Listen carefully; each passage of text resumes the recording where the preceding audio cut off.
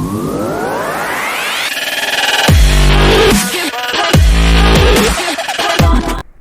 Guys, मैं हूं आपका दोस्त विनय। लेट्स लर्न एसएम की एक और नई वीडियो में आपका स्वागत है।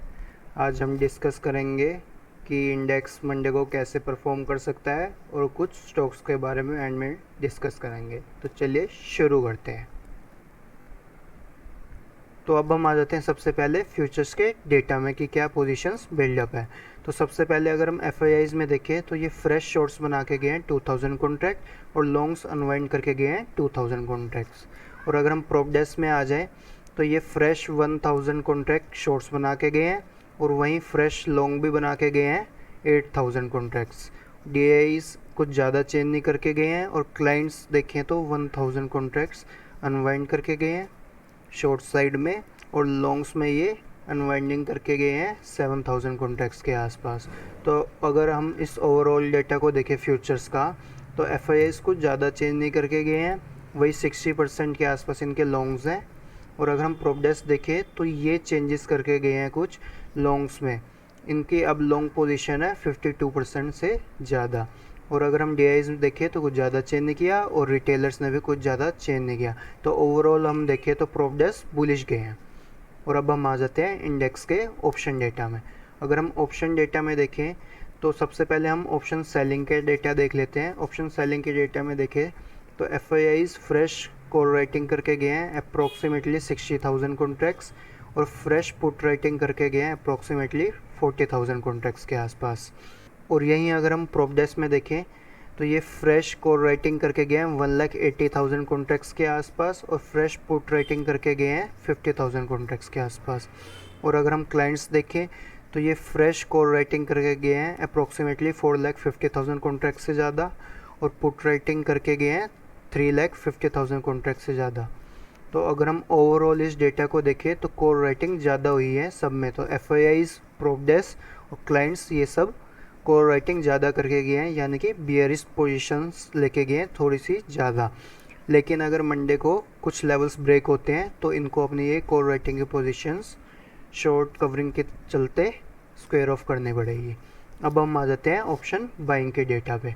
अगर हम ऑप्शन बाइंग का डेटा देखें तो एफआईआईज कॉल लॉन्ग्स करके गए हैं फ्रेश 50,000 कॉन्ट्रैक्ट्स के आसपास और 50,000 कॉन्ट्रैक्ट्स के आसपास ही पुट लॉन्ग करके गए हैं। तो ये नट शेल में कुछ ज़्यादा चेंज नहीं करके गए, एज इट इज़ लेके गए हैं ऑप्शन बाइंग में। और प्रॉप डेस्क देखें तो ये approximately 75,000 contract fresh put long करके गए हैं और वहीं अगर हम कॉल लॉन्ग्स देखें तो ये अप्रोक्सीमेटली 1,30,000 कॉन्ट्रैक्ट्स कॉल लॉन्ग करके गए हैं। तो ये लॉन्ग्स ज़्यादा करके गए हैं कॉल साइड में।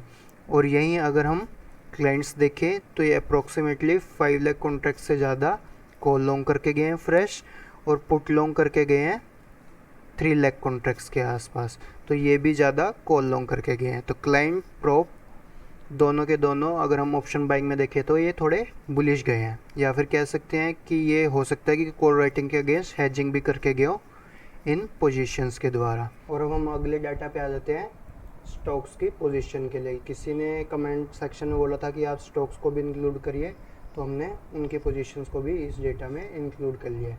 तो अब हम सबसे पहले देखें क्लाइंट्स जो है वो स्टॉक्स के अंदर 80% से ज़्यादा लॉन्ग्स होल्ड कर रहे हैं और डीआईज कुछ ज़्यादा नहीं 3% ही अप्रोक्सीमेटली लॉन्ग होल्ड कर रहे हैं और एफआईआईज 59 to 60% लॉन्ग्स होल्ड करते हैं स्टॉक्स पोजीशन में और prop desk approximately 64% longs hold करते हैं।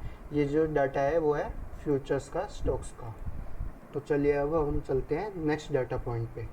और अगर हम पिछले कुछ दिनों में इंडेक्स की टर्नओवर भी देखें तो वो इंक्रीज़ हो रही है, जो गुड साइन है क्योंकि वॉल्यूम्स टर्नओवर्स इंक्रीज़ हो रही है इंक्रीज़ इन प्राइस के साथ साथ। तो अब हम आ जाते हैं इंडेक्स के चार्ट्स एंड ऑप्शन पे। अगर हम निफ्टी की सबसे पहले ऑप्शन चेन देखें 30 सितंबर की, तो हम फ्राइडे को देखें तो फ्राइडे में कॉल अनवाइंडिंग्स होके गई हैं कुछ। और अगर हम पुट राइटिंग में देखें तो इन द मनी 900 के स्ट्राइक प्राइस पे भी पुट राइटिंग होके गई है और 850 पे भी, 800 पे भी। और यहीं अगर हम 900 के स्ट्राइक प्राइस पे कॉल राइटिंग देखें तो वो भी अच्छी खासी होके गई है। तो अगर हम ऑप्शन चेन के अकॉर्डिंग रेजिस्टेंस और सपोर्ट देखें तो सबसे मैक्सिमम ओपन इंटरेस्ट है 18,000 कॉन्ट्रैक्ट पे, जो इसका टफ रेजिस्टेंस देगा। और अगर हम वही सबसे पहला सपोर्ट की बात करें तो वो है 800 के स्ट्राइक प्राइस पे। तो अब हम आ जाते हैं इसके चार्ट पे। अगर हम निफ्टी के चार्ट पे देखें तो इसने अपने 17,825 के लेवल को एज ए सपोर्ट काम किया है। तो अब हम मंडे को क्या करेंगे, हम मंडे को अगर निफ्टी फ्लैट ओपन होती है, अगर मंडे को निफ्टी फ्लैट ओपन होती है तो हम इसका वेट करेंगे शॉर्ट ट्रेड के लिए, या तो ये नीचे के 790 के लेवल को तोड़े, अगर तोड़ता है तो पहला टारगेट होगा 750 और दूसरा होगा 690। और अगर ये फ्लैट खुल के हम ऊपर जाने का वेट करेंगे तो इसको सबसे पहले जो लेवल तोड़ना है वो है 872 880 के लेवल को। अगर ये तोड़ता है तो हमारा पहला टारगेट होगा 925 और दूसरा होगा 980 का। लेकिन अगर ये गैप अप ओपन होता है, अगर ये गैप अप ओपन होता है तो हम सबसे पहले 925 के लेवल को ब्रेक करने का वेट करेंगे, जिसमें हमारी लॉन्ग पोजीशन बना सकते हैं। अगर ये ब्रेक कर देगा तो सबसे पहला टारगेट होगा 980, दूसरा होगा 18,050 का टारगेट। और यहीं अगर ये गैप डाउन होता है तो हम गैप डाउन में सबसे पहले वेट करेंगे 790 के लेवल को तोड़ने का। अगर ये तोड़ देता है और सस्टेन करता है तो पहला टारगेट होगा 750 और दूसरा होगा 690। और यहीं अगर हम इसकी ऑप्शन चेन भी देखें नेक्स्ट मंथली की, अक्टूबर की, तो उसमें कुछ in the money strike prices में पुट रेटिंग में कुछ एक्टिविटीज़ देखने को मिल रही है, जैसे कि 18,000 और 900। तो मैं एक्सपेक्ट कर रहा हूँ अगर कोई डिप आता है तो उसको बाइंग अपॉर्चुनिटी के लिए यूज़ कर सकते हैं, क्योंकि ये बाउंस बैक दे सकता है। लेकिन हमें कोई पोजीशन बनाने से पहले उस टाइम में जो पोजीशंस बिल्डअप होगी रियल टाइम में, उसके अकॉर्डिंग डिसीजन लेना होगा। तो अब हम आ जाते हैं अपने बैंक निफ्टी में। बैंक निफ्टी में सबसे पहले हम इसकी ऑप्शन चेन देख लेते हैं।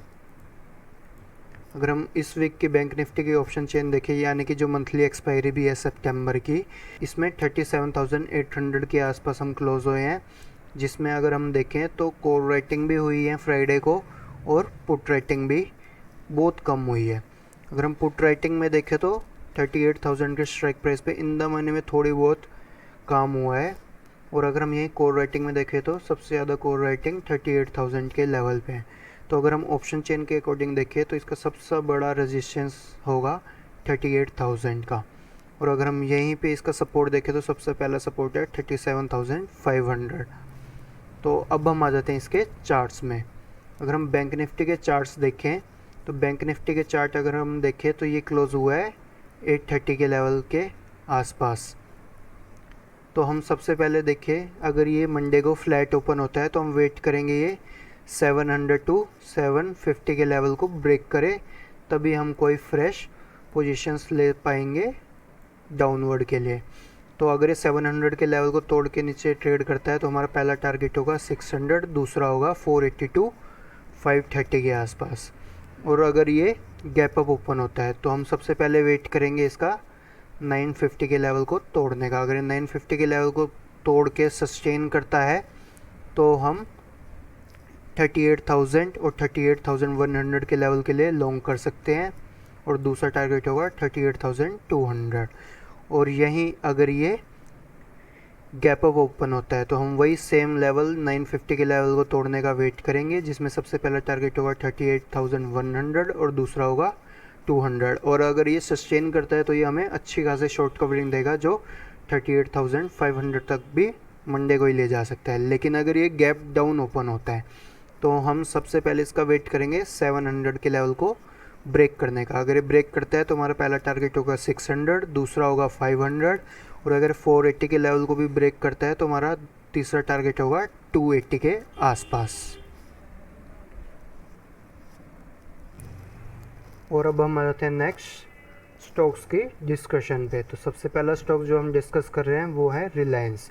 अगर हम रिलायंस का जो हमने लास्ट डिस्कस किया था तब ये 2400 के नीचे था, तब हमने बात करी थी अगर ये 2400 से 2420 के लेवल को अगर ब्रेक कर देता है तो ये अच्छी खासी मूव देगा 50-60 पॉइंट की। और एग्जैक्टली वही हुआ, इसने ये लेवल को ब्रेक किया और ये ऑलमोस्ट 2500 तक गया था। तो अब हम बात कर लेते हैं अब क्या करना है नेक्स्ट वीक के लिए। नेक्स्ट वीक में अगर रिलायंस रिलायंस जो क्लोज हुआ है वो अपने 15 मिनट कैंडल की सपोर्ट्स के आसपास ही क्लोज हुआ है 2480। अब हमें जो लेवल देखना है वो है 250 के आसपास का। साथ अगर हम इसकी ऑप्शन चेन भी देखें तो ऑप्शन चेन में भी जो हाईएस्ट ओपन इंटरेस्ट है वो है 2500 के स्ट्राइक प्राइस पे ही, और अगर हम इससे नीचे देखें तो अनवाइंडिंग हो रही है और यहाँ पे पुट राइटिंग भी हुई है कुछ इन द मनी में। तो अगर हम देखें ऑप्शन चेन प्लस चार्ट के हिसाब से, तो अगर ये 2510 के ऊपर सस्टेन कर जाता है, 15 मिनट की फुल कैंडल बनाता है, तो ये अच्छी खासी शॉर्ट कवरिंग देगा जिसको हम यूज़ कर सकते हैं पहले टारगेट के लिए, लॉन्ग के लिए 2540 और दूसरा होगा 2560 के आसपास। और यहीं अगर हम नीचे की सपोर्ट देखें रिलायंस की, तो इसका सबसे पहला सपोर्ट जो है, जो नेक्स्ट होगा वो होगा 2465 के आसपास, और अगर 2465 के लेवल को भी तोड़ता है तो इसका जो सबसे पहला उसके बाद सपोर्ट होगा वो होगा 245 के आसपास, 2445 के आसपास। और अगर इसको भी तोड़ता है तो नेक्स्ट इसका सपोर्ट है 243, जो हमारा पहले ही रेजिस्टेंस का काम कर रहा था। अब हम आ जाते हैं HDFC बैंक पे। HDFC बैंक पे भी हमने जब लास्ट टाइम डिस्कशन करी थी तो हमने डिस्कस किया था इसका सपोर्ट का काम जो करेगा वो करेगा 1570 से 155 के लेवल। तो 1555 के लेवल पे इसने सपोर्ट लेने का काम किया था। इसने कोशिश करी, ये नीचे आया, इसको ब्रेक करने की कोशिश भी करी थी इसने, लेकिन ये ब्रेक नहीं कर पाया और वहीं से बाउंस बैक आया। और जब इसने नेक्स्ट टाइम कोशिश करी तो इसने ब्रेक किया, तो हमने कहा था अगर ये 1555 के लेवल को ब्रेक करेगा तो सबसे पहला टारगेट हमारा जो होगा, जो सपोर्ट होगा वो होगा 1530 के आसपास। और वहीं पे इसने सपोर्ट लिया और वहाँ से बाउंस दिया तो जो सबसे पहला इसका सपोर्ट था वही अब इसका रेजिस्टेंस का काम किया और वहीं से वापस सेल ऑफ आया। नेक्स्ट टाइम भी इसने सपोर्ट 1530 के आसपास ही लिया, और जब नेक्स्ट टाइम इसने 1555 के लेवल को तोड़ा तो हमारा पहला टारगेट 1570 और दूसरा 1600 के आसपास का। तो अब हम देख लेते हैं नेक्स्ट वीक के लिए HDFC में क्या करना है। अगर हम देखें तो सबसे पहले इसकी ऑप्शन चेन देखें तो HDFC बैंक की ऑप्शन चेन के अकॉर्डिंग सबसे ज़्यादा जो बिल्डअप है वो कॉल राइटिंग में 1600 के लेवल पे जो शॉर्ट कवरिंग भी दिखा रहा है, और यहीं पे 1580 के लेवल पे भी शॉर्ट कवरिंग दिखा रहा है। तो और अगर हम चार्ट्स में भी देखें तो 1600 के लेवल के आसपास इस पे एक मजबूत रेजिस्टेंस है। तो अगर ये मंडे को 1610 के लेवल को ब्रेक करके उसके ऊपर 15 मिनट की कैंडल देता है तो हमारा सबसे पहला टारगेट होगा लॉन्ग में 1640, जो इसका पुराना ऑल टाइम हाई भी है। और अगर ये यहाँ से ब्रेक डाउन देता है तो सबसे पहले इसको 1580 के लेवल को तोड़ना होगा, 1580 से 1585। अगर ये 1580 से 1585 के लेवल को तोड़ता है तो पहला टारगेट होगा 1570 और दूसरा होगा 1555। तो अब हम चलते हैं नेक्स्ट स्टॉक पे। नेक्स्ट स्टॉक है हमारा इन्फोसिस। अगर हम इन्फोसिस पे देखें तो इन्फोसिस क्लोज हुआ है 1764 के लेवल के आसपास। तो इसका जो सबसे पहला सपोर्ट इसके बाद है वो है 1760 के आसपास और दूसरा है 1740 के आसपास। तो और अगर ऊपर रेजिस्टेंस देखें तो 1785 और दूसरी है 1800 के आसपास। अगर हम इसकी ऑप्शन चेन देखें तो ऑप्शन चेन में भी अनवाइंडिंग शो हो रही है, लेकिन अनवाइंडिंग के साथ साथ 1780 के लेवल पे सेम ओपन इंटरेस्ट ही फ्रेश बिल्डअप हो रखा है। तो इसका मतलब कॉल राइटर ट्राई कर रहे हैं कि इसको ऊपर ना जाने दिया जाए। लेकिन अगर वहीं पुट राइटिंग देखें तो इन द मनी कॉन्ट्रैक्ट्स में कुछ थोड़ी बहुत पुट राइटिंग हो रही है, साथ साथ थोड़ी सी 1720 1740 के लेवल पे भी पुट राइटिंग हो रही है। तो अब इन्फोसिस के लिए नेक्स्ट वीक में क्या कर सकते हैं? नेक्स्ट वीक के लिए इन्फोसिस को ब्रेक करने का जो सबसे महत्वपूर्ण लेवल होगा वो होगा 1785। अगर 1785 को लेवल को तोड़ करके सस्टेन करता है तो हमारा पहला टारगेट होगा 1800 का, और अगर 1800 के लेवल को भी तोड़ देता है तो ये अच्छी खासी शॉर्ट कवरिंग दिखा सकता है, जो इसको 20-30 पॉइंट ऊपर और ले जाएगा इसी एक्सपायरी में। लेकिन अगर हम नीचे का लेवल देखें तो अगर ये 1760 को तोड़ के 1740 जो इसका मेन लेवल है, अगर 1740 से 1730 की रेंज को तोड़ता है तो ये वही अपने पुरानी रेंज में वापस जाने की ट्राई ज़रूर करेगा, जो है 1720 के आसपास। तो अब हम मंडे को क्या कर सकते हैं, अगर ये मंडे को फ्लैट ओपन होता है तो हम वेट करेंगे इसका 1785 को लेवल को तोड़ने का या 1740 के लेवल को तोड़ने का, अगर कोई पोजीशन लेनी है। नहीं तो अगर हम इसके अंदर ही स्कल्पिंग कर सकते हैं 1785 से 1740 के लेवल पे। और अगर एक गैप अप होता है तो वही 1785 के लेवल और गैप डाउन में 1740 के लेवल को ब्रेक करने का वेट करेंगे कोई भी पोजीशन लेने के लिए। और अब हम आ जाते हैं अपने नेक्स्ट स्टॉक पे जो है आईटीसी। आईटीसी में मैं अपने ट्विटर चैनल पे मैंने इंटीमेट किया था, अगर आप चाहें तो मैं ट्विटर का लिंक डिस्क्रिप्शन में दे दूँगा, उससे आप हमें फॉलो कर सकते हैं। मैं 2-3 दिन से इंटीमेट कर रहा था कि भाई आईटीसी शॉर्ट कवरिंग दिखा सकता है, क्योंकि जब इसने 217 से 220 के लेवल को तोड़ा था तो करीब 4 करोड़ से ज़्यादा शेयर कोर रेटिंग वाले ट्रैप हो चुके थे जो शॉर्ट कवरिंग दे सकते थे।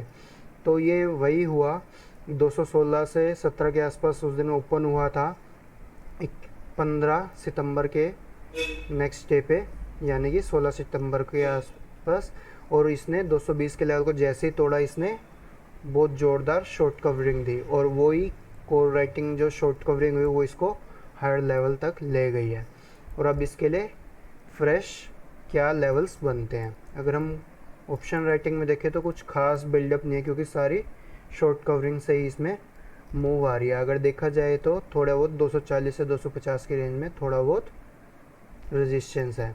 और अब लेकिन जो मेन इसका देखना चाहिए वो देखना चाहिए नेक्स्ट एक्सपायरी के क्या पोजीशंस बन रही हैं। अगर हम नेक्स्ट एक्सपायरी में पोजीशन देखें तो कुछ कोर राइटिंग्स भी हो रही हैं थोड़ी बहुत, और अभी पुट राइटिंग भी हो रही है, लेकिन कुछ खास पोजीशंस अभी नहीं बनी है।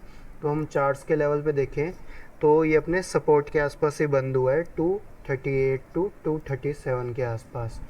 तो अब हम इसमें क्या करेंगे, हम इसमें वेट करेंगे ये अपने पहले रेजिस्टेंस को ब्रेक करे जो है इसका 242 के आसपास। अगर ये 242 के लेवल को ब्रेक करके सस्टेन करता है, 15 मिनट की कैंडल देता है, तो हमारा पहला टारगेट होगा 245 और दूसरा होगा अगर ये इसके ऊपर भी सस्टेन करता है 249।